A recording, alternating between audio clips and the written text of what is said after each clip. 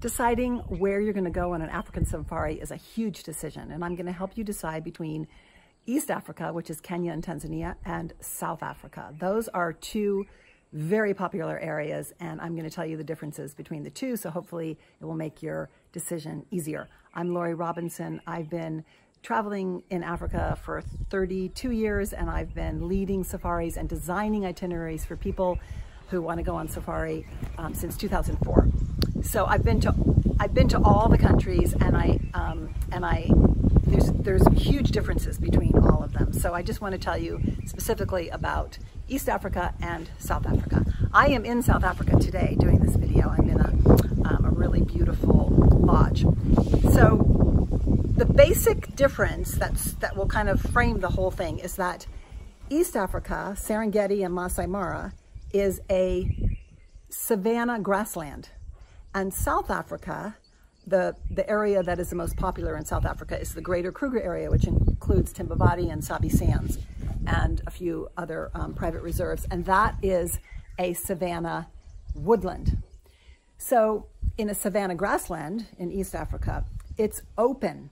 And when the grasses are green, there's herds and herds of animals. And it has the wildebeest migration, which is 2.5 million wildebeest and zebra and antelopes following the grasses. So you see masses and masses of animals and huge herds of animals. And you can see really well. You don't have to work that hard to see animals because the vast open space in the grasslands allows you huge open vistas, of course.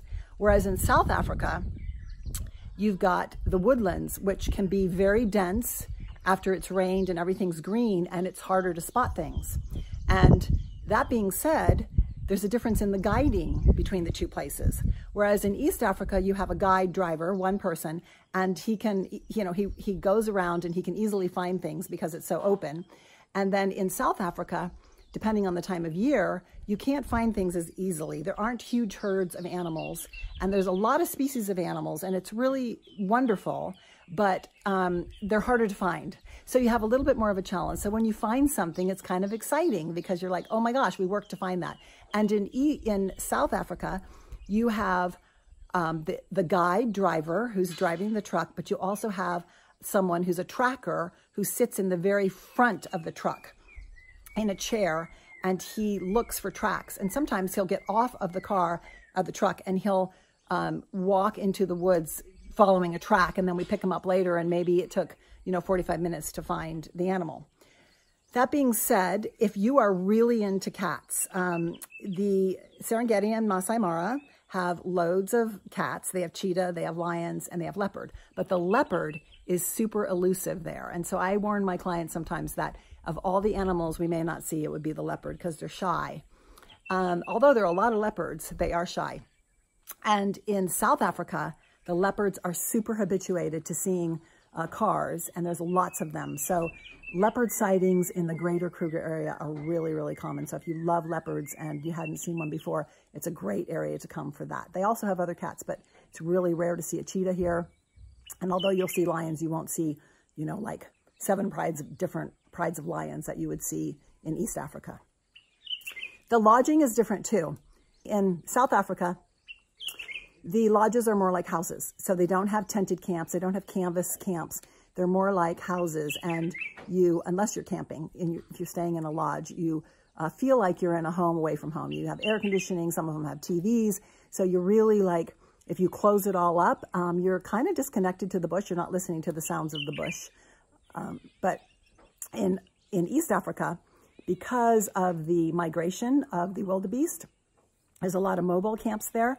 And because of that style of mobile camping, I think some of the lodges and accommodations have modeled themselves after that. And they are what you call tented camps. And they're absolutely lovely. And they have all, they have showers and flush toilets and all that. But they don't have air conditioning. And they're canvas walls, so you listen to the animals at night. And I really love to mix it up and have a combination of both. And the other differences I would say are that South Africa is a little more luxurious, a little more manicured. You don't feel like it's as rustic and wild, maybe. And you've got the cultural difference, which is in East Africa, you've got the Maasai who are very involved with their staff, and they guide and they drive, and You also get to visit a Maasai village, and they have held on to a lot of their traditional ways. So that part is really wonderful. You don't get that in South Africa.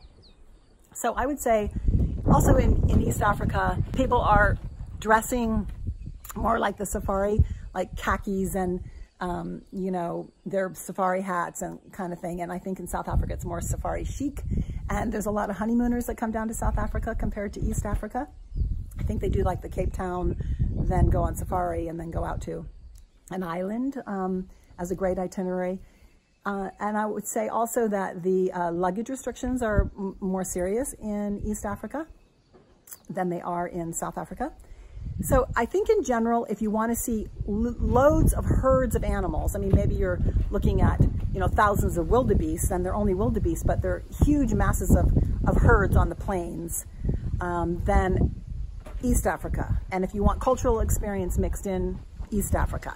If you want more of a luxurious, like you want to have a spa experience and you want to have a city experience mixed with your safari experience, and you want to see leopards for sure, and you want to stay in a place that feels more like a home away from home and have all the comforts of air conditioning and blow dryers and all that kind of stuff, then I would say South Africa. So I hope that helps you. And if you have any other questions, don't hesitate to contact me. Go to my site, savingwild.com, and you can find out more about my trips. And I would love to help you create a trip, because being on safari is just magical and it's life-changing. And I would love to help you do that. So if you like this video, please give it a thumbs up. That will help. And let me know if there's any other questions you want answered, and I'd be glad to do a video about it. So thanks for watching, and I hope you liked it.